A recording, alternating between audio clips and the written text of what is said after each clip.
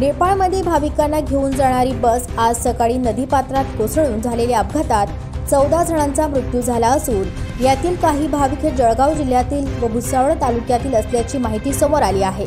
या संदर्भात मिळालेली माहिती अशी की नेपाळमध्ये आज शुक्रवार दिनांक 23 रोजी शुक्रवारी दुपारी 11:30 वाजता उत्तर प्रदेश पासिंगच्या एका बसचा भीषण अपघात झाल्याचे समोर आले आहे। ही बस UP 53 FT 7623 या क्रमांकाची होती। ही बस पोखरा येथून काठमांडू येथे जात होती। भरधाव वेगाने धावणारी ही बस तनाहून जिल्ह्यातल्या मार्स्यागडी नदीच्या पात्रात जाऊन पडली। बसमध्ये एकूण 43 प्रवासी होते।